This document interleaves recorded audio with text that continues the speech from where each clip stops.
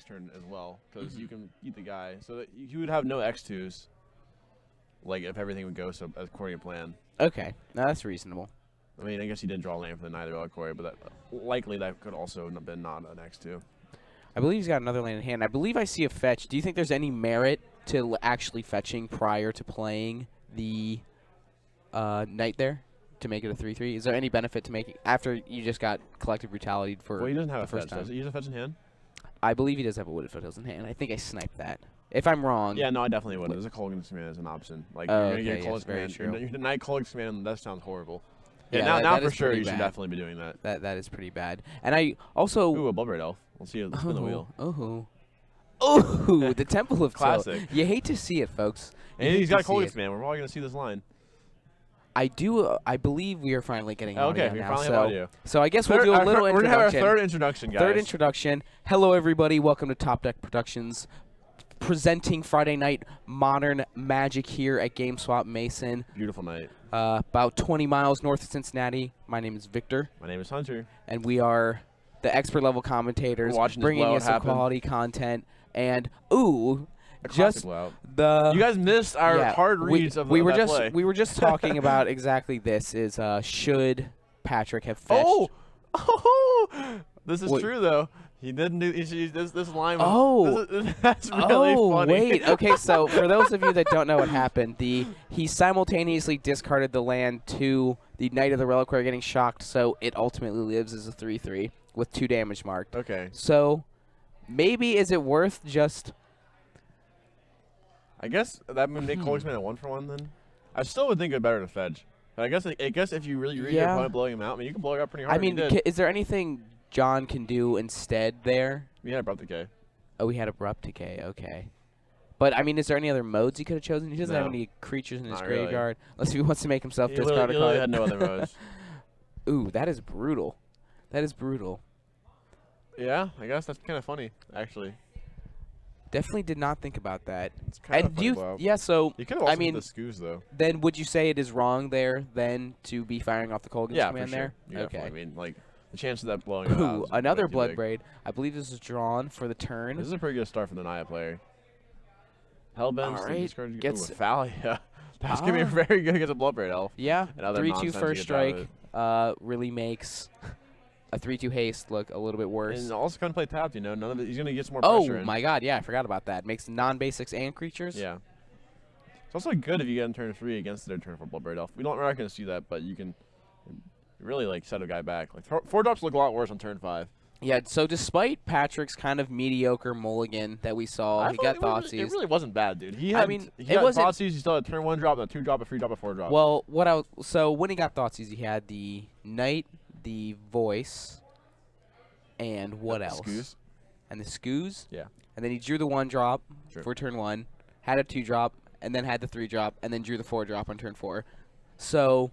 I believe he's curved out quite efficiently here, which is definitely what you want to be doing against these mid-range decks. And that's kind of one thing we were talking about when our mics were unfortunately not activated. What do you think of that attack of the Naya Reliquary? What do I think? I mean, it kind of depends. I'm not too hot on it. I'm not sure what he has in his deck, but I think getting Horizon Canopy there would have been a lot better spot. So the fear was... just not getting the value off of activating it is what you're saying? Okay, that's reasonable. Yeah, that's one thing. I mean, I don't really have much experience playing with the card, but I've never really known how people know when to try to attack with their big knights versus using it for its utility kind of land purposes. Typically, you attack with it when you're putting them like on a 1-turn clock. Like putting them in the Abyss or something. Yeah. The Abyss being a situation where they just have to repeatedly chump block your creatures every turn. Getting so much value in these creature dittos with like Horizon Canopies and other manlands, there's a lot more use to it than actual attacking most of the time. And he's under a lot of pressure here, but I still think I would. Now, Patrick just exiled a creature from his graveyard. Also, we got to talk about, he had a Bloodbraid Elf in hand, the Gen player did. Yeah, he still does, correct? Yeah, he just casts his Dark Confidant instead. I know he wants to eat with Scoos, but... Oh, wait. Oh, no, he doesn't have Bloodbraid Elf. What do we think of Bloodbraid Elf? I don't know. Must have been the Colgan's command. Sorry, guys. Well, that's reasonable, Ben. Okay, but I was just about to say, I think he kind of telegraphed that he had some kind of removal here based on the not activating his Scavenging Ooze in response to Patrick activating his Scavenging Ooze. Yeah. Might have been a better line to do that too, honestly. Yeah, which is what I was gonna ask is there any merit to doing that there? I mean, he's got a pretty high life total. He probably wasn't gonna die that turn. He's a Bob in play, so it's kind of scary. Yeah, but you're also gonna gain more life off a Scoot in play than you would. Ooh, so now he's got an answer to one of the threats. Almost revealed them both, but it was a Maelstrom Pulse. Pretty sick. Pretty sick. He can go grab a basic with this Wooded Foothills. I assume he's got... Ooh, actually, you're right. He may not have another basic for it. So maybe he just needs to terminate here. I definitely don't like this, knowing that there's a sorcery speed removal spell. Scoops. Scoops. Okay. Yeah, I think what I would have liked to have done there is probably terminate the... Thalia? The Thalia. Fetch... Maelstrom Pulse first, probably. Yeah, you probably need to... I mean, Fetch Shocking going to 2 for the Pulse feels pretty bad, but then you do have the Dark Confidant to be able to block. Yeah, I think you just block and help the top so you're on parity. Yeah, I'm not sure why you scoop there. He had nothing in hand, and if you killed all the threats, you always do is top deck removal, and then just top deck wars. Yeah, that is certainly a bit interesting. Seems better than the scoop line. There's yeah. a lot of little... Better than the scoop line. A lot of little, little weird decisions in this game. It's kind of hard to keep up with because there's so many options to keep track of what these guys are doing. And they're playing pretty fast, which I would not really a big fan of either. There's a lot of little stuff to think about. Yeah, they're definitely there's a lot of nuance to these mid-range matchups. Especially I think that game. By virtue of the fact that there's so much interaction going on. Yeah. Now, just to referencing the chat right quick, my boy Vladimus. Okay, it's Friday Night Standard. What's up, Vladimus? Actually, it's Friday Night Modern here. I'm sure you figured that out by the Naya Bloodbraid title, which, you know what's kind of weird? Why is it Naya Bloodbraid and not Jund Bloodbraid? It should just be Jund and Naya. No? I'm pretty sure Jund was like the Bloodbraid deck, though. Naya Bloodbraid is like... Is there enough distinction between Naya archetypes? I think so. And not within Jund archetypes? You don't want to play Chord decks with Naya. Like, Naya Chord is not like a... Kind of like the philosophy of Jund, I feel like. Just like, you say Jund and people know what Jund is. It's just like, Jund is a... It indexes so much more than just its color combination for some reason. But I don't feel like any of the other shards really do that. Like maybe Abzan does as well. Really just those two black-green ones. I think mostly just Jund, dude. Because we only call the Abzan white Jund, basically. Yeah, that is fair. Like, Jund is just like you have to give distinctions for Grixis, Naya, apparently. Pretty much every other combination. I think the closest one is probably America. Blue, white, red? Yeah. But there is right now, I mean, I don't know about right now because the format I think still needs to do a lot of settling, but prior to Jace being reintroduced to the format, there was those tempo Jeskai decks alongside those like search for Azcanta, secure the waste, like 1 or 2 WinCon type of Jeskais. Yeah. And I also hate the name Jeskai. I remember just being so bummed when I no longer could call stuff Rug and Blue, White, Red. People still call it that, though. They do, but you can't do that on the commentator screen anymore. Well, we can, but then we're kind of just like, I don't know, being a little bit too edgy in my opinion. We keep it real here. We don't subscribe. I don't know. I'm not trying to be an edgelord. I'll be an edgelord. I stand for what's right. I'm a curmudgeon. Is really it's not really being an edgelord. It's being a curmudgeon. I think that's. I mean people are going to call it edgelord, though, is the problem. Now, I guess, is there any noteworthy sideboarding you really think is going to go on here? Side out, small things, put in big things. So, like, let's say Justin, I don't know his exact list, but let's guess he had like 4 bolts, 2 helixes. Do you think he keeps all those in for a card like Dark Confidant, or does he like trim on those? I assume he has something like Kasali Pride Mage that's also going to be getting out of here because most of those decks play that main. Yeah, I would say it's probably more like Pride Mage and other hate cards you might have in this deck. Like you might have a Thalia, like the 2-drop Thalia. I'm not exactly sure what his list is.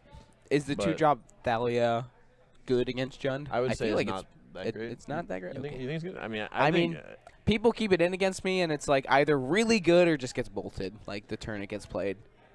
I feel like there's very little middle ground. I just don't think it's good in creature combat. So you don't drawing a late game doesn't really do anything. And it's I believe you want cards that are going to be good late and early. Okay, so bolting in response to this voice here. I'm not sure there's any Lockstone Sliders in this Naya list, but I very much hope so. Hope not. If you're a Lockstone Slider fan, good against Lily. Good against Lily. Is good against Lily. I mean, it's good in this matchup, kind of. It's acceptable. And This mana base. Justin. So he does have 2 forests. Oh, he does have 2 forests. Okay. That's Oh, not- good. don't Ooh, good eye. Good eye. That's a lesson for all you folks. You And know? now he knows. It's actually kind of relevant. He's playing another Reliquary deck, so like Ghost Quarter thing is a very relevant idea. Actually, wow, that's you can pick up a couple percentage points with a little bit of good observation, you know. And hopefully, Does he have a John Goddess? right now is currently hoping he's going to untap with his Dark Did he Confidant. just do that? Okay, whatever. Ooh, speak of the devil. Why would you do that? He just attacked with his voice token, then played a turn 2 creature. On his tap Yeah, battle. a little missequencing there, as we all know, the Voice of Resurgence elemental tokens read their power and toughness are equal to the number of creatures you control. So typically it benefits you, Get that damage in. and it's not like John was going to block. Yeah, no. Maybe he Better was. I mean, no. No. I was trying to come up with some justification there, but I did not. I did not. Draws He's the got, path. he's got another Smiter in hand, I think. It's pretty funny. Does he? I feel like I see a Bloodbraid Elf. Now, I have a question for you here. Like, let's say you're facing down this Jund player that has a Dark Confidant, Basic and you force. have the options of casting a removal spell or casting a Bloodbraid Elf. Like, on this board, let's say he has either he can go Path, because I know he has a Path in hand, or Bloodbraid Elf. And plus something else? No, like, yeah, just like whatever the Bloodbraid Elf yields. But the path, though. Is there something else to cast with the path? It kind of depends. I wouldn't like that's I wouldn't like a reasonable. naked path here. I definitely see the I mean, I Path. think most of the time I would just go Bloodbraid Elf. The path will have a lot of utility later on. But I'm just worried about him getting too much sickening value. He's under a from lot this. of pressure, though. Yeah, he is. I would Get his say damage I would and definitely. I think he has a Lockstone Smiter and a path in his hand. I would have gone for the path Lockstone Smiter path line, personally, Path locks on Smiter line. because he just fetched for Yeah. a non-white source, which I think was wrong too. Now I'm curious as to what's getting decayed here. Maybe the token? Yeah, he's the token, which kind of makes sense. Yeah, I mean, you got to kill it at some point. It's pretty big. And it's the same They're size both as the the... same. Gets a Also Tarmogoyf. That's probably why gonna I be wouldn't- probably pretty good here. Also, probably why I wouldn't have light evil to the voice or whatever happened to it. Abruptly killed the voice, or whatever way he killed the voice last time. Probably would not have done that. Yeah. Forever ago. Usually, just keep that thing alive until you don't have to. Bloodbraid versus Bloodbraid. Let's see. Spin the wheel into Liliana. That's pretty sick. That is what you like to see. That is what you like to see. This Making ooze him is gonna sack a be dude. Huge, though. Now I'm curious as to what he is going to sack. I will write off. Probably Bloodbraid. Yeah, that seems the most reasonable. And now he kind of is getting It's a bad benefited. spot for the Jund player, though. It is a bad spot, you say? Why and why is that? Well, he's got 2 guys that he can't block profitably and a Path in Exile in hand. Thank you. He's got our Ooh. deck list, everyone. So, Everybody, yeah, okay, now we know what's first of all, up. Don't do this yet. Oh, poor line. Okay. For a lot of you break guys it don't down. know, he Path before blockers, which is kind of relevant if he really wants to kill this Liliana. But I think it's much more relevant to try to get a blowout before he knows what's going on in the Okay. situation. Because Mhm. double block blowout is huge, which I think is the right play in this line to kill that ooze before you don't have time to kill it any longer. Okay. And I think now he kind of gets his opponent out because he's gonna go. I guess he's a chump block, so Yeah, this he is needs good a too. block. Actually, He this needs is a good. block. This is good as well. This is good as well. Yeah, knowing that he has to block pretty much regardless. Doesn't matter. Yeah, he's probably just Although gonna beat him up. moment to know if he did if he yeah. drew another path, he had the white source. If he had fetched a white source earlier. Yeah, I mean he wasn't really under any pressure, and I think it was kind of evident that he was going to be the aggressor going forward. That it didn't probably would have benefited him to get that extra white source. They're taking playing so damage. fast. It's hard to commentate everything they're doing. Yeah. Considering there's so many lines you yeah, can talk I mean about look going at on. look at John's hand. He has infinite. Just all these just super expensive spells. The blowouts with the And smiters. He's got the decay. he's got He's got a pulse. decay. He's got a pulse. Oh, too. or pulse. Excuse me. Wait, doesn't he have a pulse? Is there a Oh, pulse? yeah. I'm Wait. gonna say nearly 100% certain. Oh, but I he has think a he's pulse in dead hand. though on pulse. But 'cause he's yeah. got- okay, GG. Dreadbore. Kill that. Maybe he has a thing. No. He had a Tarmogoyf and a pulse. I'm so confused. Does he not know what Okay, pulse does? so for those of you that don't know, pulse kills all creatures or all things with the same name is one thing. Doesn't even need to be a creature. Just anything that's not a land. He could have killed the 2 4/4s, played his Tarmogoyf, and blocked the Ooze. And lost anyways because he had a path. But yeah, ultimately, didn't matter. Had all these. That was not a very well navigated game. Yeah, I think both players made a handful of little missteps. I think some of them ultimately didn't really matter all that much, which you hate to see. I think the John player would have won that game if he played everything well, honestly. Maybe not won, but it would have been a very much closer game. Yeah, because it kind of looked like a bit of a steamrolling there. I mean, how bad was that voice kill?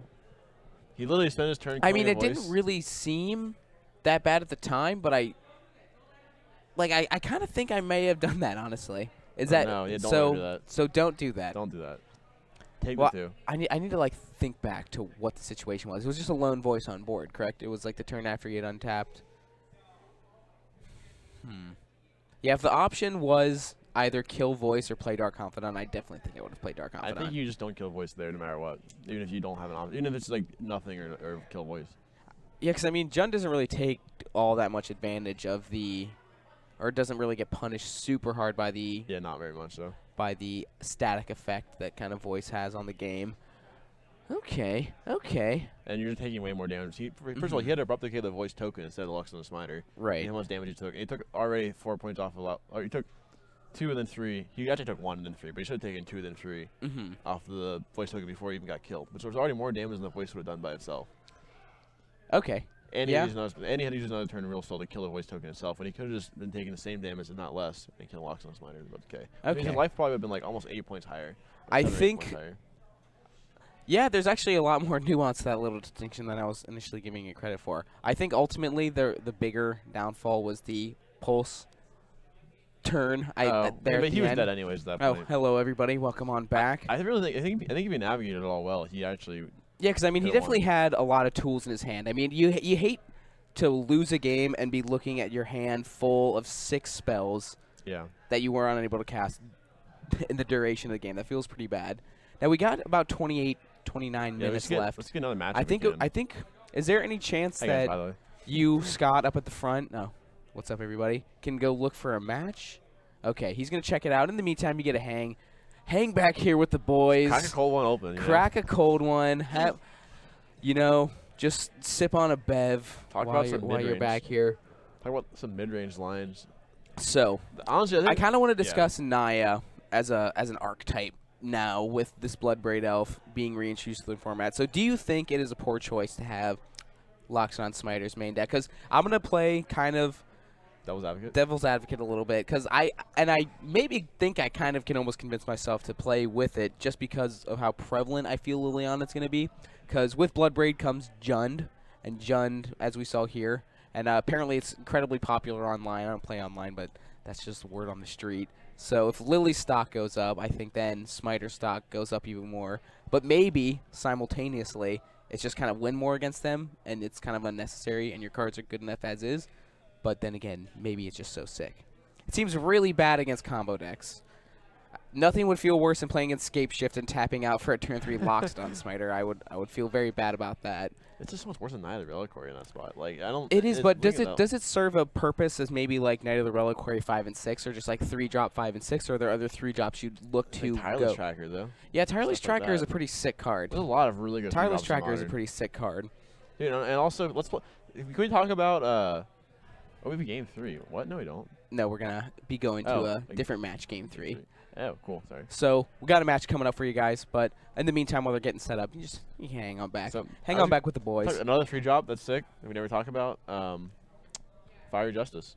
Fiery Justice is sick. Very cool. And that card, a lot of people would say like it doesn't seem very good against like a deck like Jund, but in my experience, nice X1 Dark Confidant. You kill a Dark Confidant, you kill an Ooze, throw 1 point at their face, so they only gain like 4. Or you just blow it all in a not matter when you wreck their board. Yeah, you're usually swinging back for more, just being able to like killing their board. And I mean, if Lingering Souls, a lot of people are projecting kind of Lingering Souls becoming more of a card, just because of how well it's going to match up against like the presumed Jace and Jund archetypes. Fiery Justice saying a whole load of Spirit tokens, while technically only a 1-for-1, so really isn't that great. You did trade up or trade down on mana? What, up or down? You trade down, right? No. Up. I don't think you really call it trading. You spent less mana than them. Tempo, the 1 mana tempo advantage. It always is it's kind of weird how, despite the fact that Ooh, lantern control. I love me some lantern. This Let's is, hope. guys, hold on. This is Pro Tour Finals, Game 3. Oh wow! Look at this. Mario Look at Pirates this. with lantern control. Gary Thompson versus who was the other guy? Luis Salvato. What? LSV. The Gary Thompson. That wasn't LSV he was playing against in the grand final. Yeah, I know, but his name was Luis Salvato, was it so really? it's like similar to LSV. That's funny. All right, we Yeah. got I think he was a LSV Spanish player. and Gary or something Thompson like here. that. Now I love Lantern. Lantern. Oh, If I owned Mox Opals, I would 100% play Lantern, just because. Just cool. look, Okay. it's so good. It's so good. I'm gonna finish the thought about Bloodbraid off real quick, Okay. and Locksmith Smiter. So I think first of all, I'm biased. I just like messing with Mark about how shitty I think that card is. So I think the card is Mark Anlicker, fellow commentator. It represents everything I don't like about Magic, really, which is just like boring vanilla guy that sees play because of his stats and just like dumb ability that just sometimes happily variantly does well. Literally everything I don't like about Magic is in that card. And I would never play it ever because this is so not my style of card. But I do think that it is better than it has been in a long time right now. Mm-hmm. And if someone plays it, I wouldn't say it's a poor choice, but I would say it's a poor life choice. It is. I mean, 6 of just raw power toughness, 3 of it being haste. Is that good with Bloodbraid? It's probably fine. It's fine. I mean, Probably I'd rather fine. Bloodbraid Elf into like a lot of other Probably stuff, seems good. though. Like Tyler's Tracker, and maybe not Tyler's Tracker, but Tyler's Tracker is like the same level as that card Bloodbraid Elf into. Okay. Yeah. I mean, I've Fire been Justice is sick. consistently very impressed with Tireless Tracker. However, maybe if Bolt is much more popular, then Lockdown Smiter also gets a little bit more, because now Junlists back in the day being like a month ago, they kind of wouldn't really play that many bolts that I saw. No, actually, no. Never mind. They were playing like 3. But there was a point in time where Lightning Bolt was not a card that a lot of people Can played. we talk about the best card that Bloodbraid Elf into, though? That people aren't doing enough of? Let me think. I'm going to try to guess. It's Snaring Bridge. That would be really funny. Molten Rain. I'll give you a hint. It's not in the colors we normally see. Not in the colors we normally see. Can it be a colorless card? Can it be a matter reshaper? It could be, but it's not. Okay. That green red outdraws your deck on See the if the side. chat can guess. What card am I thinking of that just stick the Bloodbraid Elf into? I mean, there's a lot. Like Lingering Souls, that Yeah. seems pretty good. Yeah, that's not a card that like just like man, that is cool. Blood Moon. No, that's pretty lame. Mantis Rider. Oh, well, yeah, those Domain Zoo decks, that would be pretty cool. Those decks are pretty cool. I just... Really, no, you just play mid-range. Dude. You just play 4-card mid-range. I could be down for brewing up something spicy like that. I mean, are Mantis Riders cheap? Do you know? Are they cheap? I guess it'd be... Like, maybe I should try to swag a play set. I have like 2 play sets, so you can just have one. I can just have a play set? What if they're like $10 each? I mean, you can just like have it until you don't need it anymore. Okay. What a guy. And just so you know, I guess we should update people on kind of what's going on this matchup, I suppose. True. So I saw that Eric did Mulligan. How bad is that, you feel, for the Lantern deck? Not that big of a deal. Not that big. I agree. Typically, I mean, It's almost in a matchup like this, like a 7-card hand because you Yeah. get a scry. And in a matchup like this, they really don't have a whole lot of interaction for your prison locks. Like, they have 3 Colligans commands typically, and I don't really know what they play out of the side. They're not going to have access to, like, Ancient Grudge, but probably just some more artifact removal post board. So the stuff... Probably wear and tear, right? Yeah, probably wear and tear. Yeah, for sure. I got to imagine wear and tear. I know Jerry had that in his sideboard at the PT. But I definitely think this is heavily favored for Lantern just because, as I was referencing earlier, that really stark lack of interaction that the Borger Monkey, or however you pronounce his last name, is gonna have. Or monkey. I do see he does not have the bridge quite yet. Okay, hold on. We got a Wait, judge call. okay, we got a This judge shouldn't call. be a big deal. Is that 2 Inquisitions, though? That'd be really funny if it was. I believe. Is that I all mean, the 3 arts look Inquisitions? very I don't similar. think it is. I think it's a Thoughtseize.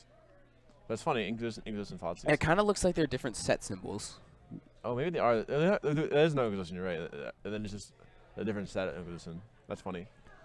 Okay, yeah. So I We'll guess get he just, resolved. That's not I a guess big he deal. just revealed a card. Honestly, if you want to throw it back here to the boys. like the 2 of them. Okay. Which one's gonna be? So what's up? Hey guys. How you doing? Don't play Naya. Don't play mid-range Naya. It's such a boring deck. I don't know. I think if you're gonna cool. play a Coffee Predator with Fire Justice and Grow with the Burn Wills, that's so much cooler. I agree. 7/7 on turn 3. Kill Wrath your board, pick a 7/7. Wrath your board, make a 7/7. Maybe an 8/8. I mean, honestly, I'm kind of into the. If I had less self-respect, I would be very into Bloodbraid into Molten Rain, and Bloodbraid or Stone Rain even. The biggest problem with that is you sometimes Bloodbraid off into Utopia Sprawl. But is that even that bad? It's about as bad as it gets. Okay. That's bad. That's. I mean, it does nothing. So. But what if you needed? What if now you can just like turn 5 your Titan? I don't think you should be playing Titan in this decks. Why are they playing Chandra? They are. Well, then why are you playing Titan? Because you can Chandra into your Titan. Boom. I guess so.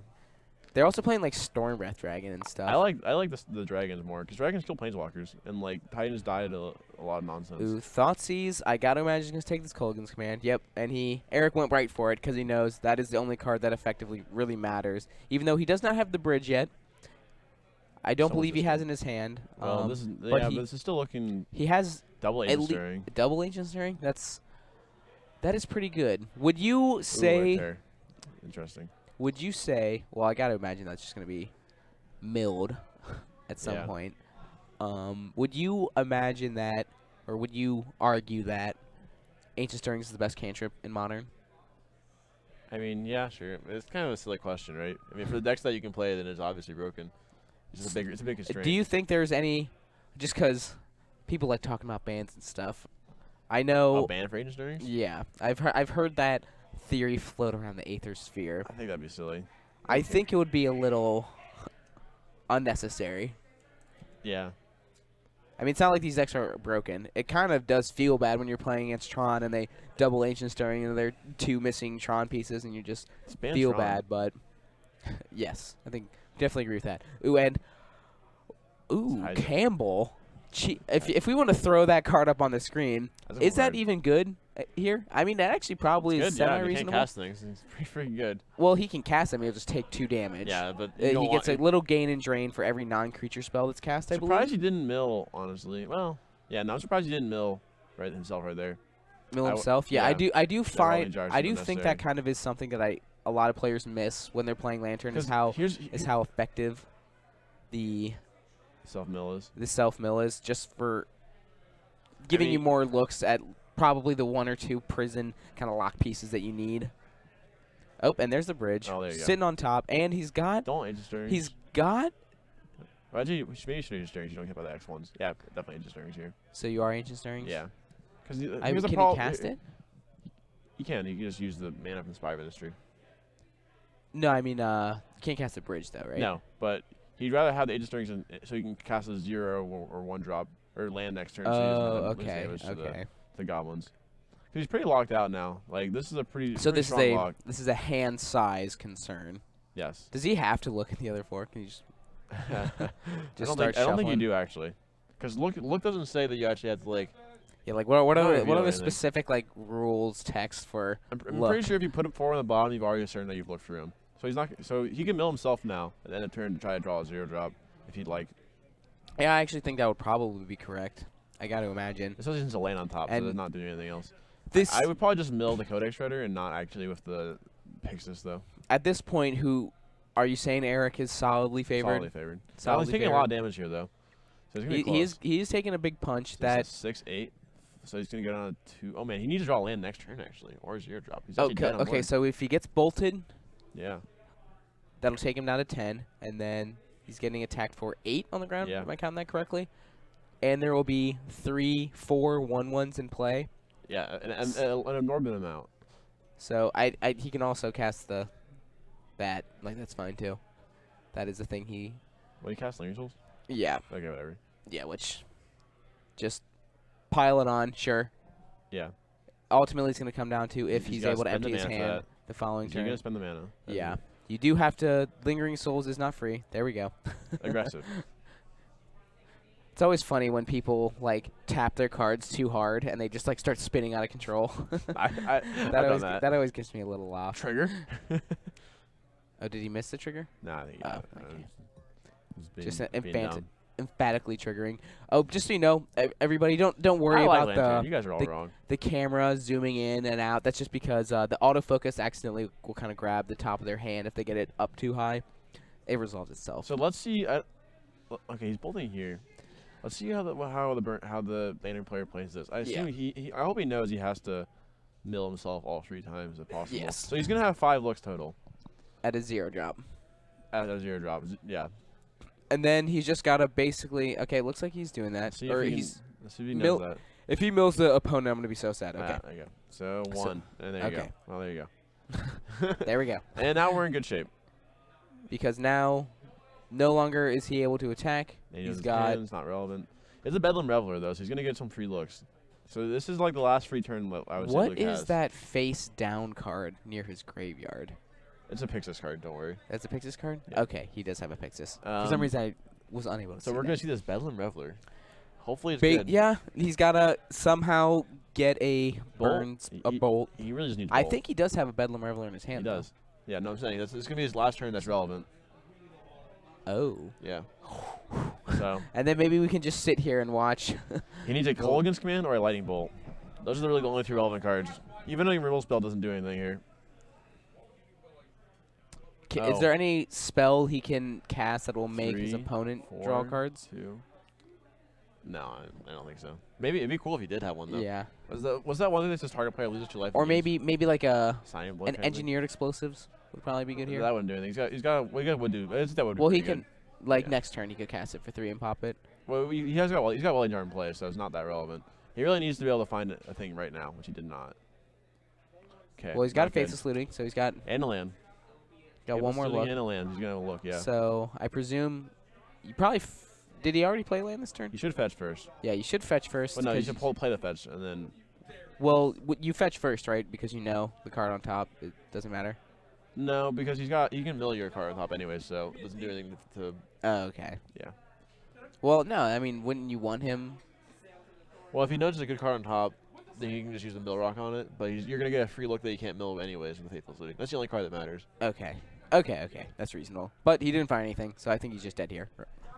They probably. Not really much he's going to be able to do for the rest of this game. The lander player doesn't have any control on the extra draw steps that you make after the first one. Correct. So they don't actually. They do get to see the cards that are drawn though.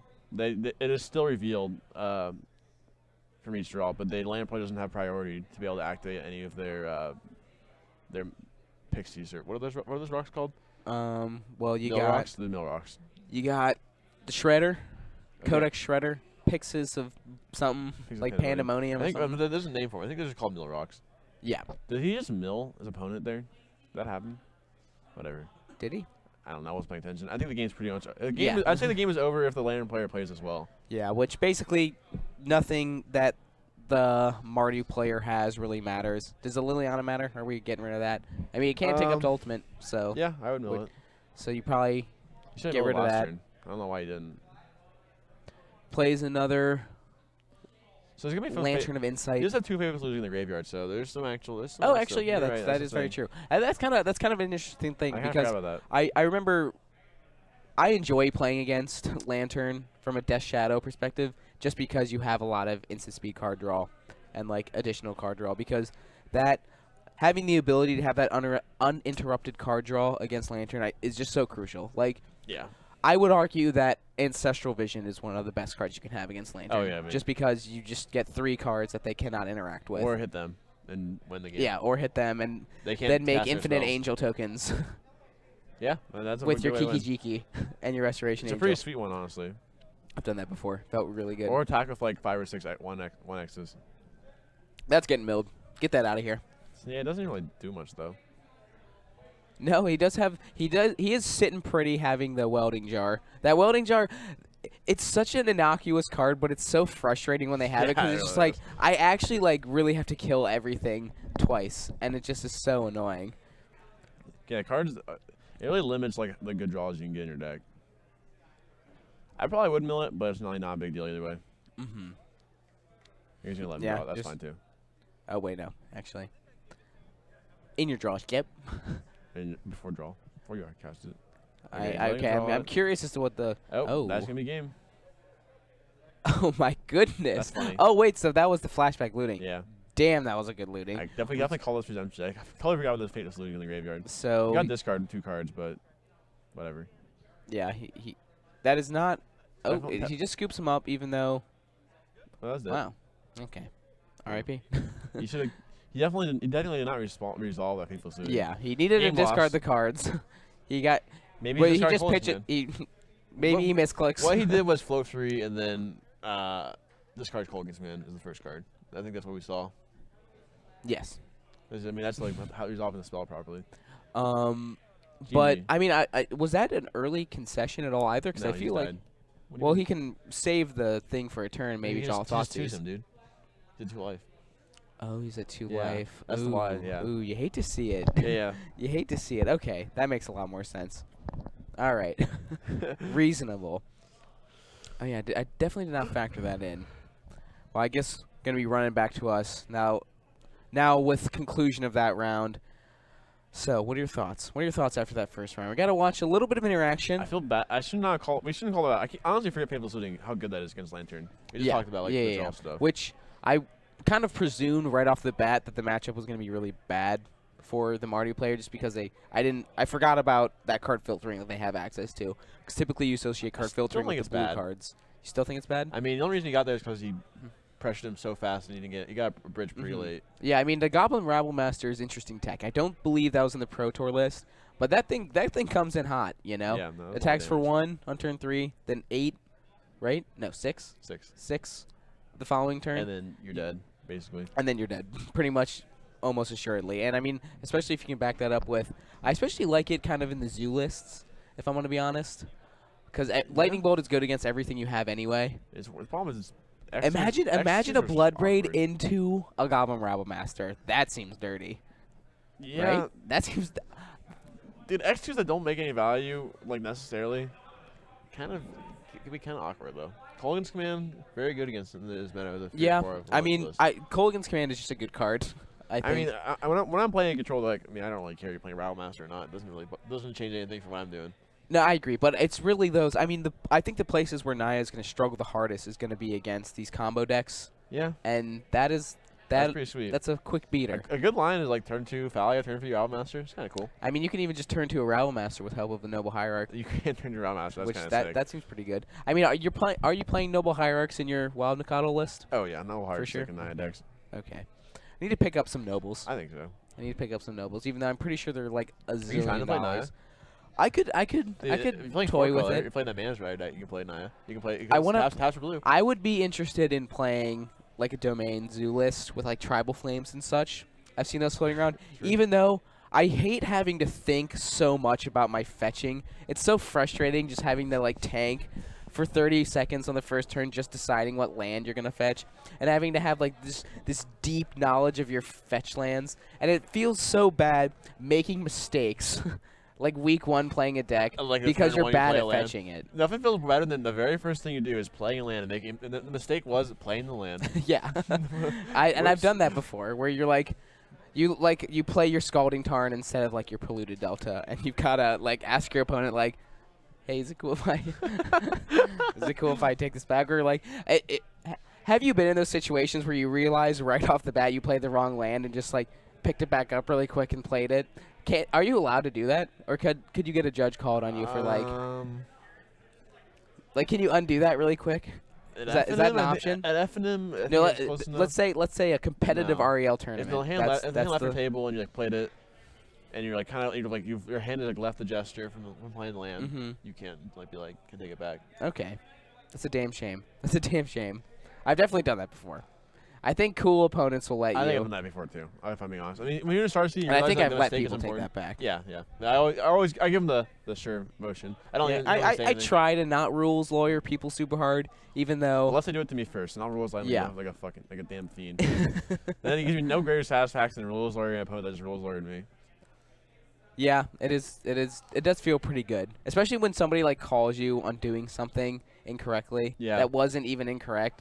That's always like a really Dude, nice feeling. Whenever you get a judge call and you know the judge call is gonna be in your favor, you're just like I gotta wait like 3 or 4 minutes for the judge to be dumb. So this guy to come over and be like, you're wrong, and I'm going to feel this awkward atmosphere. And I'm like, oh my god, and judge, like, thank you, judge, and the judge is like, opponent's mad. It's like, God, this whole situation. Okay, so now I'm going to transition a little bit here. Jake, our main man Jake, did provide us with all the necessary deck lists of everybody playing tonight. So I'm just going to run through a couple of these, and I'm curious as to what the chat is interested in.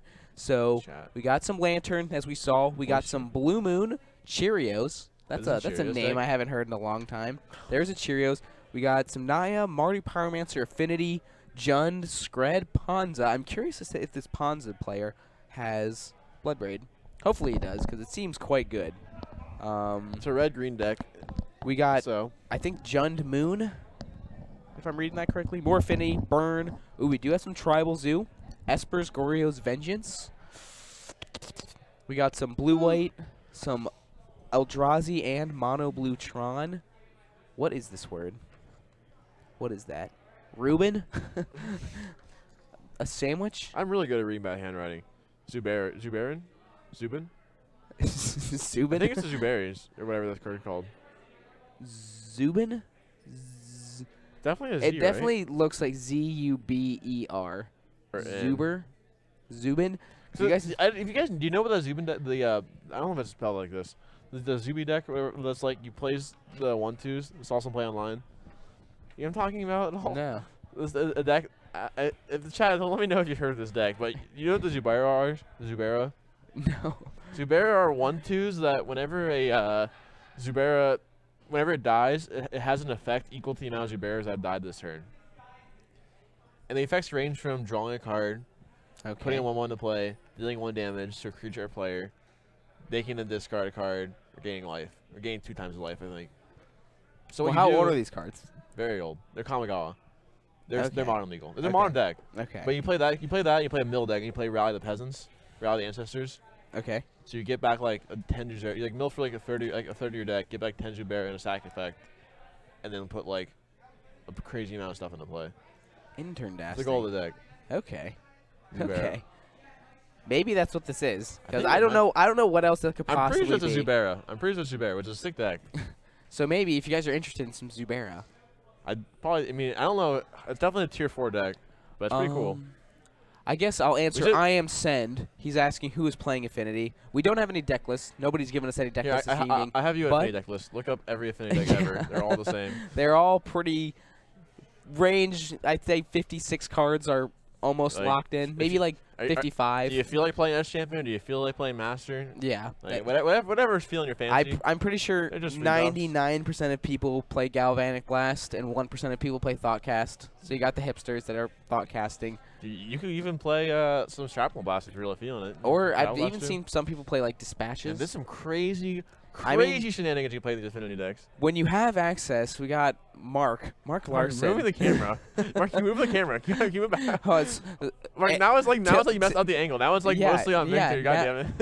Yeah. A little bit. I'll tell you how it's out. Dude, he didn't he just there didn't. You go. That's good. Perfect. Thank okay. And now we're going back to the graphics. I assume we almost got some. Okay, well, stay tuned. We're done. We're still gonna talk.